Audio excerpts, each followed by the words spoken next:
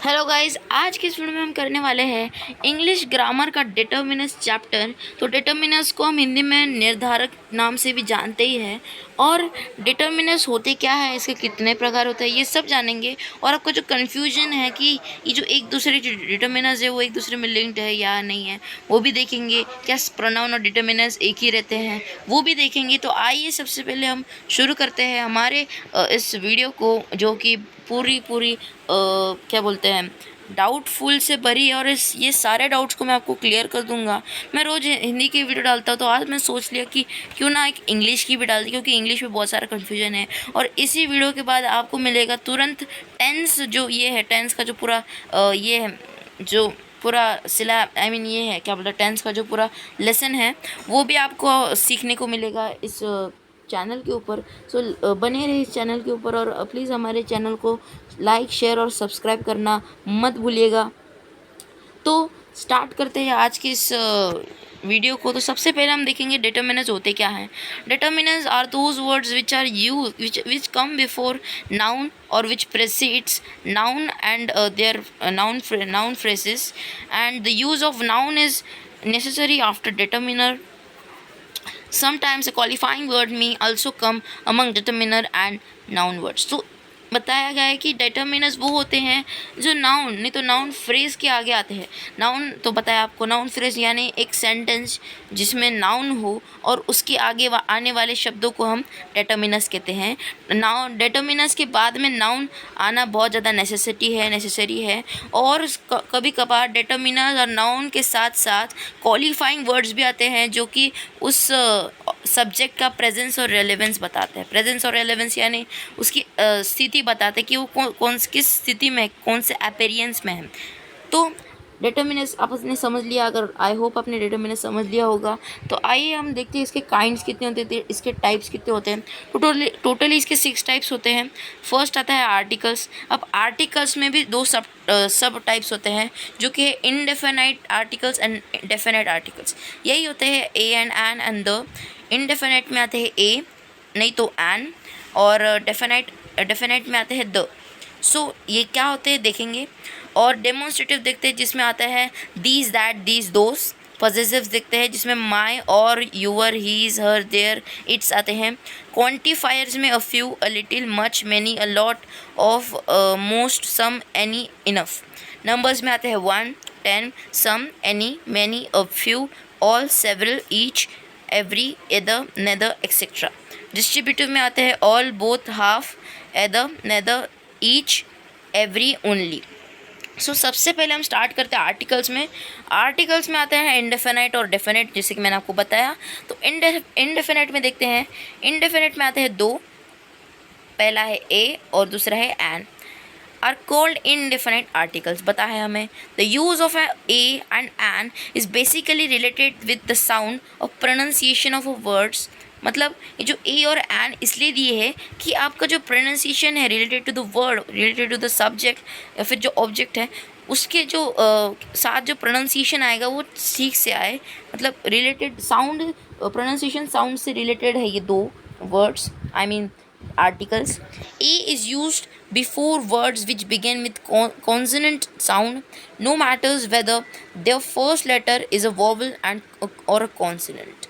मतलब जो ए है वो एक कॉन्सोनेंट साउंड, नहीं तो हम वॉवल, जो कौन सा भी वॉवल हो, पर अगर कॉन्सोनेंट साउंड हो इसकी, कॉन्सोनेंट यानी जैसे कि अ मैन है, a man, man, AEIC, AEIOU, अगर इस वो ऑब्जेक्ट या फिर सब्जेक्ट के अंदर नहीं आए जिसको आपको ए लेके बोलना है, तो मतलब जो है, सपोज मैन है। अब मैन के स्टार्टिंग वर्ड में AEIOU है क्या? AEIOU में से कोई सा भी वॉवल्स इसमें एग्जिस्ट करता है क्या? मैन की इसमें नहीं करता है। तो डायरेक्टली आपको ए डाल देना है। A, a man, a boy, a university, a European, a pen, a dog, useful thing, a useless pen. मतलब कॉन्सोनेंट साउंड बना रहा है। Man, a man, a man, a boy, a boy, a boy, a university, a university, a European, a European. मतलब vowel, sorry, इसमें उल्टा होता है, इसमें वॉवल्स आने चाहिए, इसमें वॉवल्स नेसेसरी। अगर एक जो वर्ड है, आपका जो वर्ड है, अगर उसमें वॉवल्स आए तो आपको जस्ट सिंपली ए डाल देना है उसके अंदर। A pen, a dog, a useful, a useless pen, ऐसे जो ये होते हैं वर्ड्स रहते हैं उसके आगे आपको ए डालना है। और an is use before words which begin with vowel sound no matter whether their first letter is vowel और कॉन्सोनेंट। मतलब दोनों ही केस में नो कोई मैटर नहीं करता कि उनका जो फर्स्ट लेटर है वो वॉवल हो या फिर कॉन्सोनेंट हो। ए के जो ये है, ए के केस में भी सेम है। मैंने आपको थोड़ा गलत बताया, मुझे सॉरी, मुझे माफ़ कर देना। तो पहले वाले केस में और दूसरे वाले केस में भी सेम है। No matters if it is an vowel और it is an consonant, a और एन सब में आएगा। बट सी इसमें क्या है, an is use before words which begin with the vowel sound. Sorry, इसमें एन में वॉवल साउंड्स जो है, मुझे थोड़ा पढ़ने में थोड़ा ये हो, मैं भुलक कर दूँ, एक मिनट। हाँ, सो वॉवल साउंड्स एन में आएंगे। सपोज कौन ऐसे साउंड प्रोड्यूस करे एक वर्ड जो कि वॉवल्स के साउंड के बराबर हो, तो उसमें हम एन डाल देंगे। जैसे कि an apple, apple, AEIOU, AE apple, apple, so an apple. An R, an R R R, an MA मतलब फुल फॉर्म आपको पता ही हो। An egg, an egg, an hair, an hair, an MBBS, an elephant, an honorable man, an MSc, etcetera. मतलब an के case में vowels use होंगे, vowel sound. Starting letter का जो वर्ड है वो वोवल साउंड्स के रिलेटेड होगा, तो आपको जैसे सिंपली उसमें एन डालना है। अगर वो नहीं होगा रिलेटेड तो आपको डायरेक्ट ए डाल देना है, सिंपल। और एक चीज़ का ध्यान रखना, a and an are weak forms of one. A और एंड जो है वो वन का वीक फॉर्म है, वन का वीक फॉर्म यानी वन, वन एंड वन, ऐसे जो है उसके वीक फॉर्म्स है वो। These are used before countable singular nouns. These are not used before uncountable and plural nouns. Material nouns and abstract nouns are considered uncountable nouns, and therefore a and an cannot be used before them except for some specific situations. तो ऐसे आपको जो है इसको note करना है कि क्या है। तो हम अभी इसके यूजेस बाद में देखेंगे। हम सबसे पहले सारे डिटर्मिनर्स को ना हम पढ़ लेंगे अच्छे से, और इसके ऊपर एक अलग वीडियो डालूंगा। डिटर्मिनर्स की वर्कशीट जो है उसके ऊपर एक अलग वीडियो डालूंगा, नहीं तो एक PDF जो है आपको नीचे दे दूंगा डिस्क्रिप्शन में।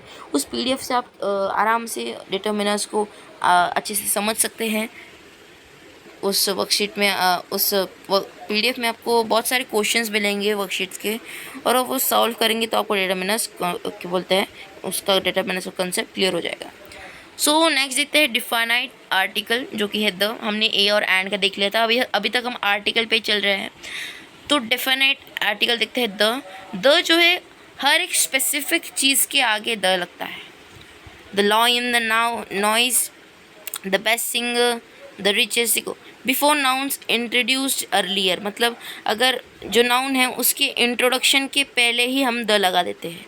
आई saw lion, the lion was very big, the lion was sleeping, the lion was roaring, ऐसे जो ये हैं द लायन के आगे लगाएंगे। देखो we heard noise, the noise came from a neighbor's house, the noise was very loud, the noise was very big, the noise was very feeble, like that. Before the superlative degrees of adjectives, superlative degrees of adjectives यानी उसकी third form जो रहता है adjective का, यानी कि suppose beautiful है, more beautiful, most beautiful. सी suppose मैं खुद से एक सेंटेंस फ्रेम करता हूँ, Sneha is the most beautiful, is the लगाया ना हमने, is the, Sneha is the. देखो मैंने यहाँ पर सिंगुलर वर्ब इज़ जो है और द आर्टिकल, डिफिनाइट आर्टिकल का यूज़ किया है। Sneha is the most beautiful girl in the world, like ऐसे मैंने बोल दिया सपोज। तो इसमें द मोस्ट ब्यूटीफुल जो है वो मोस्ट ब्यूटीफुल सुपरलेटिव है, और उसके पहले मैंने लगा दिया डिटर्मिनर जो कि आर्टिकल का डेफिनाइट द।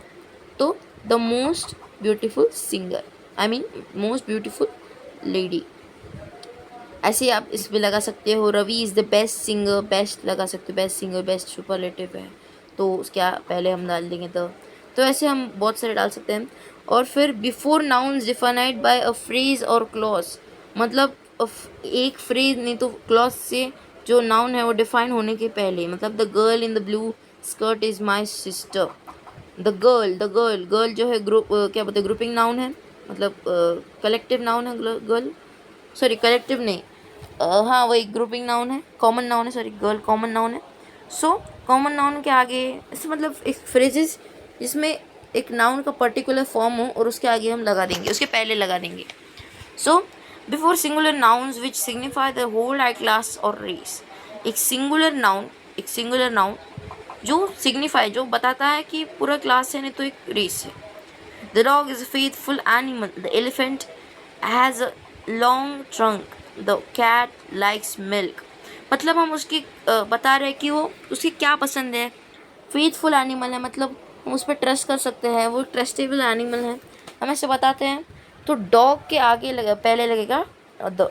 तो ऐसे बहुत सारे हैं, आप पढ़ सकते हो इसमें। बिफोर हम लगाते हैं स्पेसिफिकली, मतलब nouns, adjective, phrase, plural, singular, जो मेन म्यूजिकल इंस्ट्रूमेंट्स वैसे वगैरह वगैरह जो स्पेसिफिक चीज़ें हैं उसके आगे हम द लगाते हैं। आप इसको इस पीडीएफ को, मैं इस पीडीएफ को भी आपको लिंक नीचे दे दूंगा डिस्क्रिप्शन में।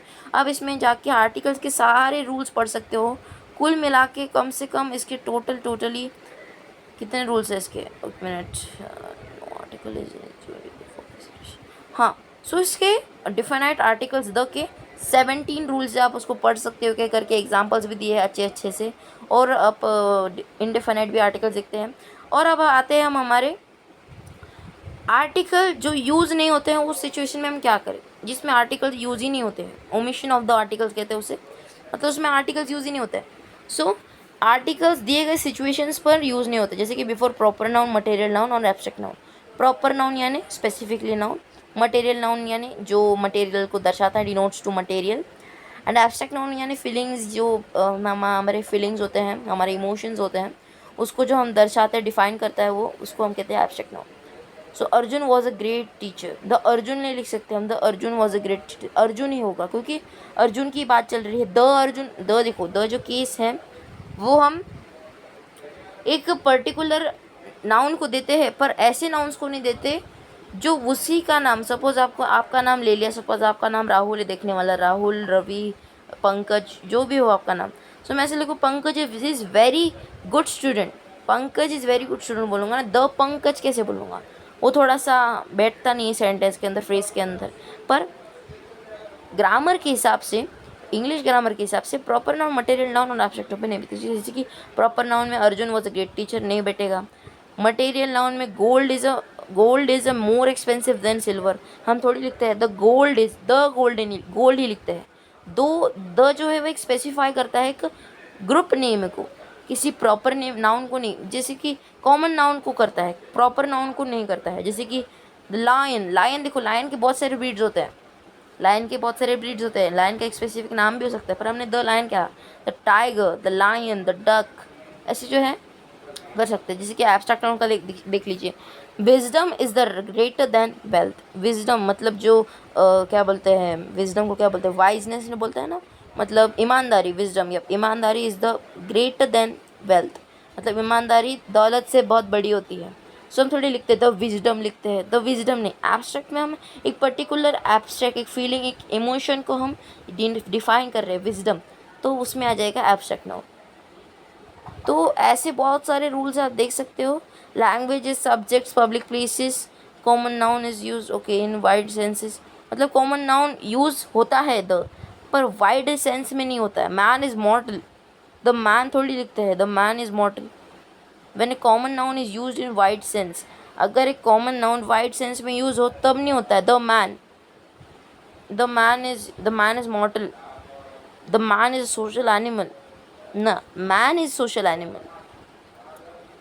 अगर हम लिखना चाहे the man fell from the building, तो उसमें द आएगा, man fell from the building नहीं, the man fell from the building ऐसे आएगा। सो बहुत सारे हैं। अब देखेंगे अगले डेमोन्स्ट्रेटिव में, ऐसे आप पढ़ सकते हो। पीडीएफ की लिंक मैंने डिस्क्रिप्शन में दे दी होंगी मे बी। नहीं तो आप जब सर्च करोगे डेमोन्स्ट्रेटिव क्लास 8 PDF तो आपको मिल जाएगी ये PDF, सिमिलर मिल जाएगी। और सेम ही रहता है सब इसमें, क्योंकि ये NCERT CBSE सेम ही रहता है। ग्रामर किसी भी ब्रांच किसी भी स्टडी में चेंज नहीं होता है ग्रामर, हमेशा याद रखना। सेकंड देखते हैं डेमोन्स्ट्रेटिव, हमारा जो सेकंड डिटर्मिनर है। तो this and that are use before singular countable nouns while this and those are used before plural countable nouns। Singular countable nouns और प्लूरल काउंटेबल नाउन्स यानी जो हम ऐसे नाउन्स जिसको हम काउंट कर सकते हैं, नहीं तो ऐसे नाउन जिसके हम जिसके पहले हम दिस और दैट लगा सकते हैं उसको हम सिंगुलर काउंटेबल, और ऐसे नाउन्स जिसके आगे हम दीज और दोज लगा सकते हैं उसे हम कहेंगे प्लूरल काउंटेबल नाउन। जैसे कि this student is my brother, this student is very great, these books are my ours मतलब बहुत, सपोज सिंगुलर एक चीज़ को, मतलब एक स्पेसिफिक सिंगुलर चीज़ को, सिंगुलर यानी एक सपोज मैं ही हूँ, I want my book, sorry वो नहीं, हाँ दैट बुक इज़ माइन, तो मैं ऐसा बता रहा हूँ कि वो बुक मेरी है, हाँ वो बुक मेरी है। तो इसमें बुक जो है वो सिंगुलर ही रहेगा, वो जो ये है ऑब्जेक्ट है बुक, वो सिमिलर ही लेगा। और माइन यानी मेरा ही, एक अकेला आदमी हूँ मैं, आई एम जस्ट अलोन, मतलब मैं अकेला हूँ, I am a single person. पर अगर मैं वही बुक सबकी बात, ग्रुप की बात करूँ, तो दोज या फिर those books are ours, these books are ours मतलब ये बुक्स हमारे हैं। दैट कैट इज़ माइन, वह बिल्ली मेरी है, खुद की है, सिंगल मेरी है। This student is my brother, ये बच्चा, ये विद्यार्थी मेरा भाई है।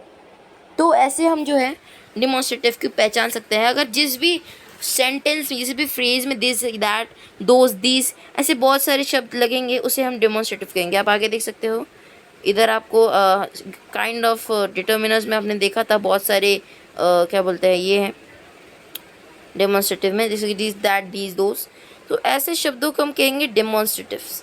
ऐसे डिटर्मिनर्स को कहेंगे हम demonstrative determiners, these that those this. अब आगे देखते हैं पॉसेसिव क्या होता है। पॉसेसिव यानी my, our, yours, his, her, its, their are called possessive. मतलब इसमें हमने बात की दीज स्टूडेंट। अब देखो इसमें माइन जो है, ये माइन जो है, माइन इसमें है पॉसेसिव। माइन कैसे पॉसेसिव, माइन नहीं पॉसेसिव, सॉरी। देखो डेमोन्स्ट्रेटिव में बात की थी दीज दोज दैट, दीज ये वाला, ये मेरे पास वाला, दीज यानी ये पूरे, दैट वो चीज़, दोज वो सारी चीज़। तो इसे हम डेमोन्स्ट्रेटिव कहते हैं। मतलब हम किसी चीज़ को डिनोट कर रहे हैं, वो वाली चीज़ को यानी वो वाली चीज़ को जिसने हमने देखा। जैसे कि वो दैट कैट इज़ माइन, वो बिल्ली मेरी है, वो वाली चीज़ को जो हम कहते हैं वो सो डेमोन्स्ट्रेटिव। पर पॉसेसिव में क्या होता है, मेरा खुद का ओनरशिप होता है इसमें। ओनरशिप को क्या बोलते हैं, रिलेट करते हैं इसमें, इंडिकेट करते हैं ओनरशिप को कि ये चीज़ पर्टिकुलरली मेरी है। जैसे कि दिस बैग इज़ माइन, इसमें दिस है मतलब ये डेमोन्स्ट्रेटिव है। पर अगर मैं करूँ कि ऐसा कहूँ कि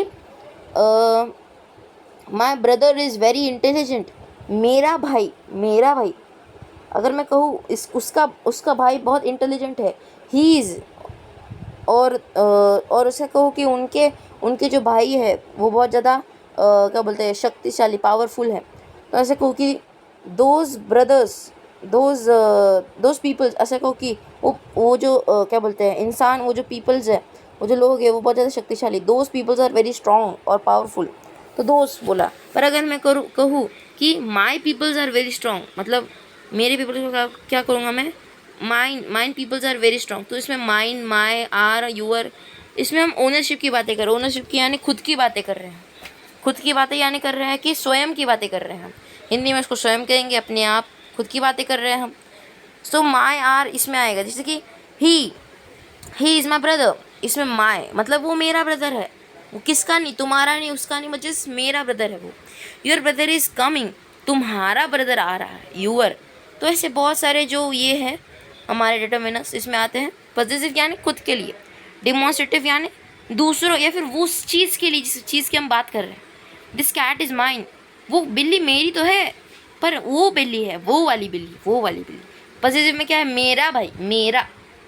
इसमें क्या है, जो पॉइंट ऑफ व्यू है दोनों का अलग अलग है। अब क्वांटिफायर्स की बात करें, क्वांटिफायर्स क्या होते हैं, लिटिल, अ लिटिल। अभी देखो इसमें बहुत सारे क्वांटिफायर्स हैं, हम बस गिने चुने की बात करेंगे, बाकी सब आप देख सकते हो पढ़ पढ़ के, सेम ही है, नथिंग डिफरेंस, बस जस्ट क्वांटिटी का डिफरेंस। क्वांटिफायर्स यानी क्या होता है, क्वांटिफायर्स यानी जो quantity, particular phrase, particular noun में जिस जिस जिस सब्जेक्ट या ऑब्जेक्ट की बात की जा रही है उसमें कितनी क्वांटिटी है उसकी बात कर रहे हैं। जैसे कि दूध है, मिल्क है, और मैं कहूँ कि it is just little milk, I just want a little milk, a little milk, I just want a little milk, a little milk, मुझे बस थोड़ा सा ही दूध चाहिए फॉर मेकिंग अ टी, मतलब I want just little little milk for making the tea. ऐसे बहुत सारे एग्जाम्पल्स हैं, little, a little, the little, ऐसे a little, little, a little, the little, few, a few, the few. इसमें हमेशा याद रखना कि एक ऑब्जेक्ट है ना, मतलब एक जो ये है, सपोज लिटिल है, उसके आगे अ लगा दो, अ लिटिल, कुछ नहीं होता, जो जो शब्द है वो सेम रहता है, बस उसके आगे ए लगा के उसका मीनिंग ही बदल जाता है। जैसे कि लिटिल है, लिटिल का मीनिंग क्या, it is use before uncountable nouns and it means very less. मतलब इसमें क्या है, काउंटेबल नहीं है कुछ भी, इसमें हम काउंट नहीं कर सकते चीज़ों को। जैसे कि 3 लीटर दूध है, मैं थोड़ी कहता हूँ कि 3 लीटर दूध हम मेरे पास पड़ा है घर पे, मैं कहता हूँ I just have a few milk left in my kitchen, left in my fridge, और फ्यू बोल रहा हूँ, मेरे पास बस थोड़ा सा ही है।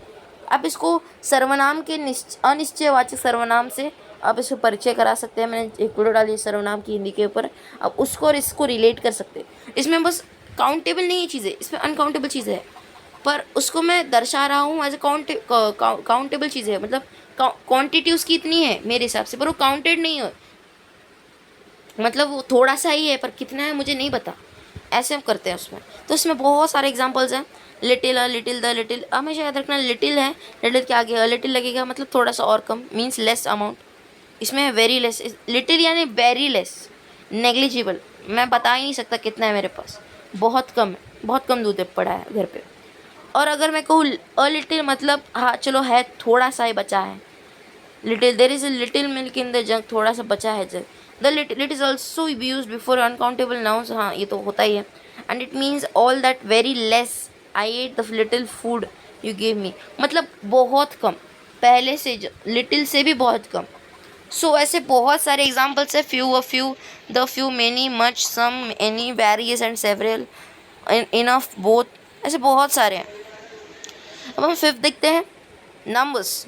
Numbers, determiners signifying numbers are of two types, मतलब डिटर्मिनर्स में जो नंबर्स है वो दो प्रकार के होते हैं।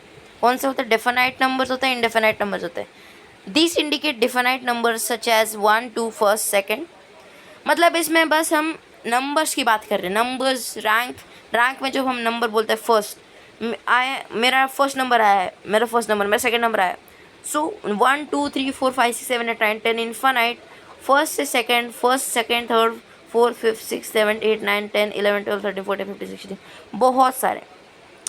और इनडेफिनाइट में, डेफिनाइट में ये आता है, डेफिनाइट यानी वही, डेफिनाइट यानी पॉजिटिव समझ लो, इनडेफिनाइट यानी नेगेटिव समझ लो, ऐसा समझ लो।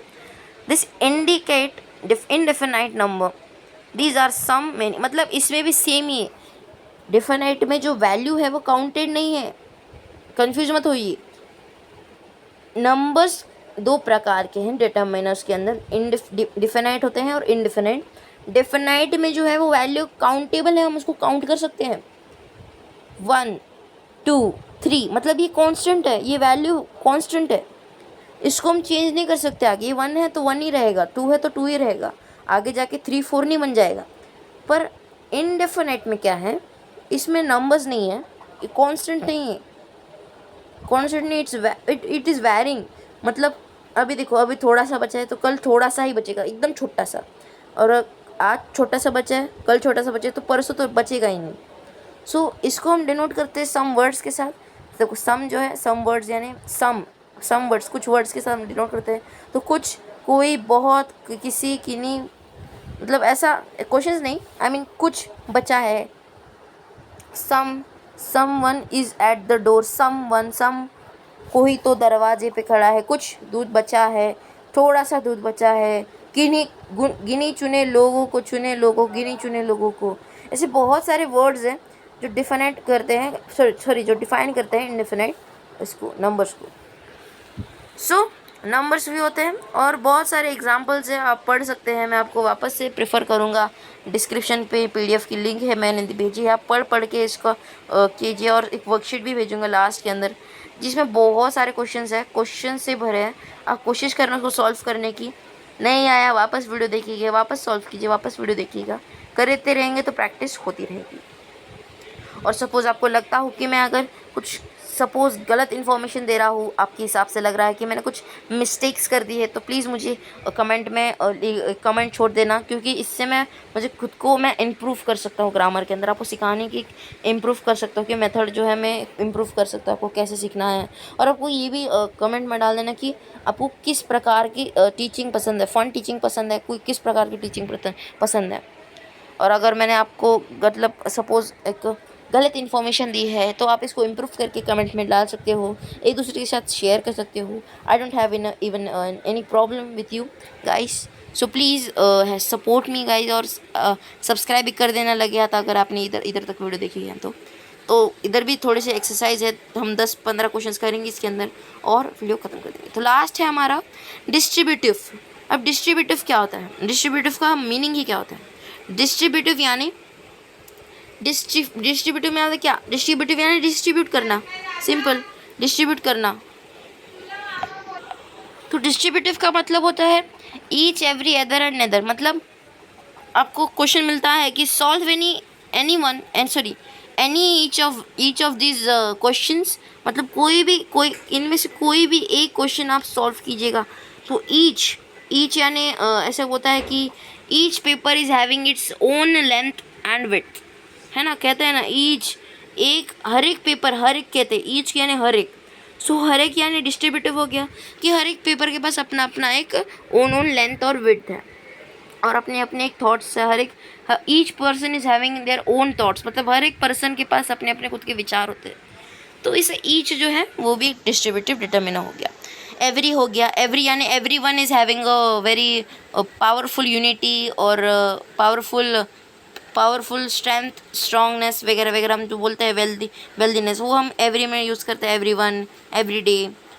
ओनली यानी यही करना है, बस यही करना है। I just want to become only an neurosurgeonist, मतलब मेरे को बस एक न्यूरोसर्जनिस्ट ही बनना है, बस मुझे यही करना है कि मैंने ठान लिया है, निश्चय हो गया मेरा, मतलब मेरी इच्छा, मैंने जिद पकड़ के रख ली कि मेरे को यही बनना है, तो ओनली इसमें आ जाएगा। जैसे कि एग्जाम्पल्स है, Sangeeta is the only girl, हम कहते हैं ना she is the only girl which is having the guts to solve this question, हम कहते हैं ऐसे। The bank is the only place, the bank जो है ये ऐसी जगह होती है, ये एक ऐसी ही जगह होती है जिसके अंदर हम पैसे सेवली रख सकते हैं। तो अब अभी हम इसकी एक्सरसाइज सॉल्व करेंगे।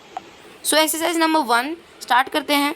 फिलिंग द ब्लैंक्स है, सेम ही आर्टिकल्स की हैं, ए एंड द, और आगे जो है वो हम लगा सकते हैं अपने हिसाब से। शी इज़ द अनटाइडी नहीं लिख सकते हम, अनटाइडी गर्ल तो नहीं लिख सकते। She is an untidy girl नहीं लिख सकते। अन शी इज़ एन नहीं, शी इज़ द नहीं, शी इज़ अ लिखेंगे, she is a untidy girl, she is a लिखेंगे। She scored the highest, she scored the highest marks in the examination, she scored the highest की बात कर रहे हैं, scored highest.